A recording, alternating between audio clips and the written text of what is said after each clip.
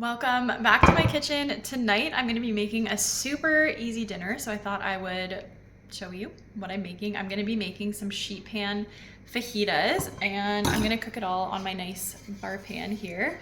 So these are going to be steak fajitas. I'm going to be honest, this is not the yummiest recipe in the world. It would be better if I took the time to actually cook the meat on the stove and get some good color on it, but I'm just gonna throw it all on a sheet pan today because I want an easy recipe. So I've got some bell peppers here. I'm just gonna cut these up. This is something I used to make a recipe almost exactly like this last time I was doing Pampered Chef. Like every week I would make this recipe and I would actually cook it, chicken and peppers and everything, in the microwave, which is funny because now I don't even have a microwave. So it's funny how times have changed, but this recipe makes me feel like back in the good old days. And I always used to cut up my peppers with my simple slicer. It does make it really quick, but today I just am in the mood to chop these by hand. I don't know why. Sometimes it feels very therapeutic to chop up veggies and especially cut up peppers and stuff. I want to show you this hack in case you didn't know. This is how I cut my peppers so I don't get little seeds everywhere. I always cut them like this. I think I saw Gordon Ramsay or someone do this one time. If you cut them down like that, then all the seeds stay together and you don't end up with seeds all over your counter. And we always have a scrap bowl on our counter too. We have compost and then we have one for the chickens. So today, like I said, seeds. I just told you I wouldn't get seeds everywhere. That's too bad. These peppers making a liar out of me. So yeah, like I said, I used to always use my simple slicer for this. It does make it very, very quick, but today I'm just going to slice them up like this.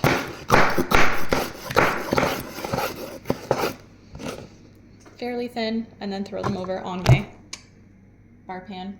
I also wanted to ask you where the line is for you when it comes to making things from scratch.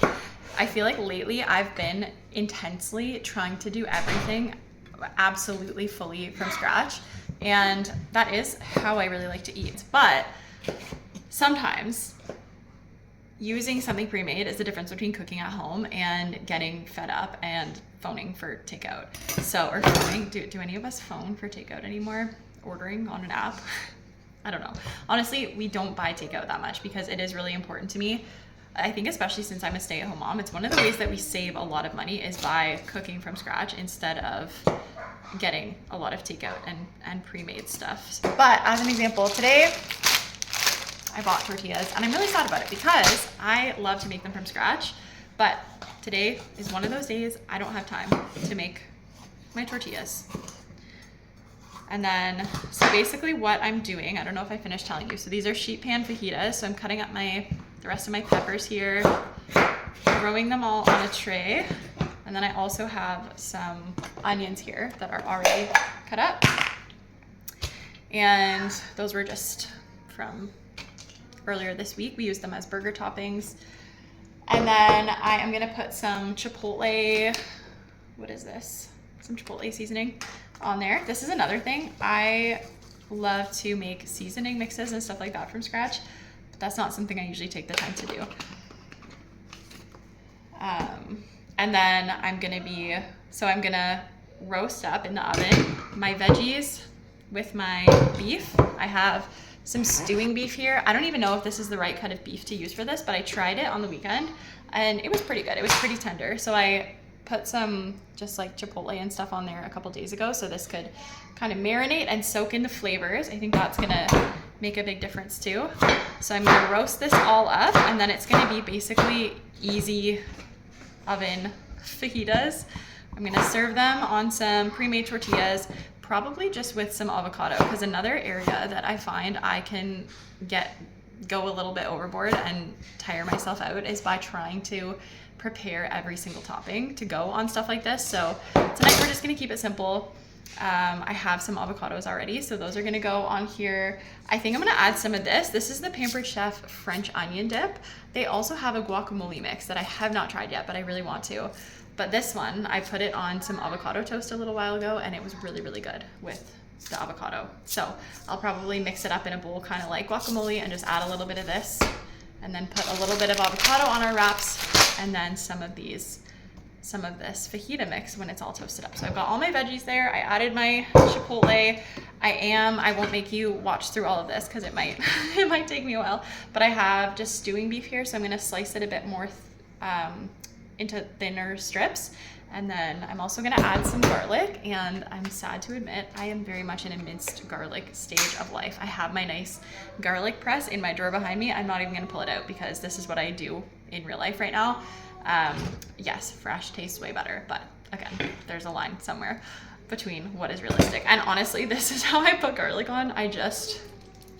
Oh, that actually was more than I meant. But how often in your life have you actually made something and said, that's too much garlic? Because that's only happened to me one time, and it was with garlic powder when I put it on after the fact. So I don't think I'm gonna mind. I'll show you. This is a lot of garlic. That's my pile of garlic, but I think it's gonna be okay.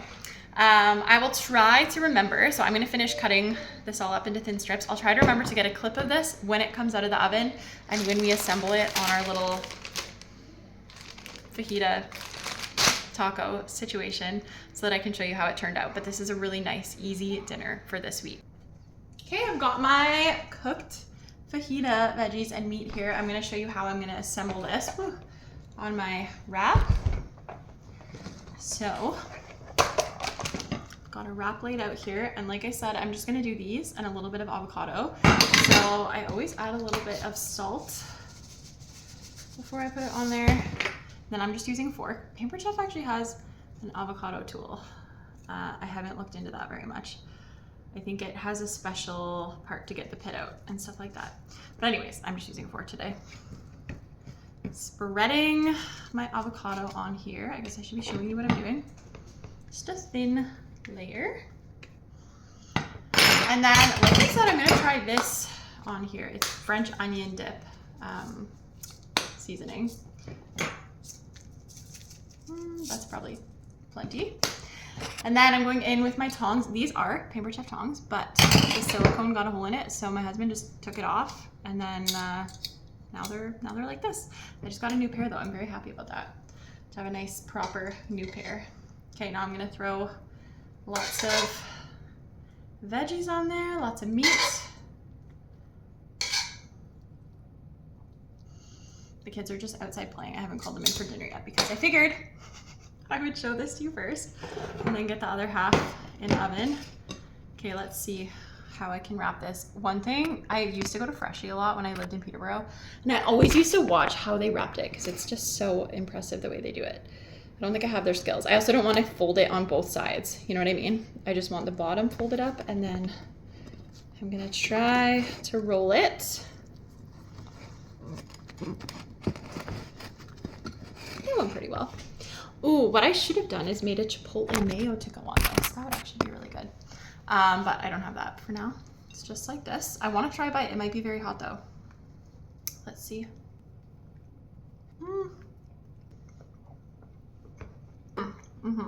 Okay, that's actually very tasty. It's better this time than last time I made it, and I think it's because I pre-marinated the meat and let it all sit there. So this will not be enough to feed my family. I'm gonna take this off of this bar pan and then cook the other half of my veggie mixture. Okay, I forgot to tell you two things. So when I put this in the oven, I'm going to bake it at 450 for about 20 minutes. I'll check it after like 18 minutes.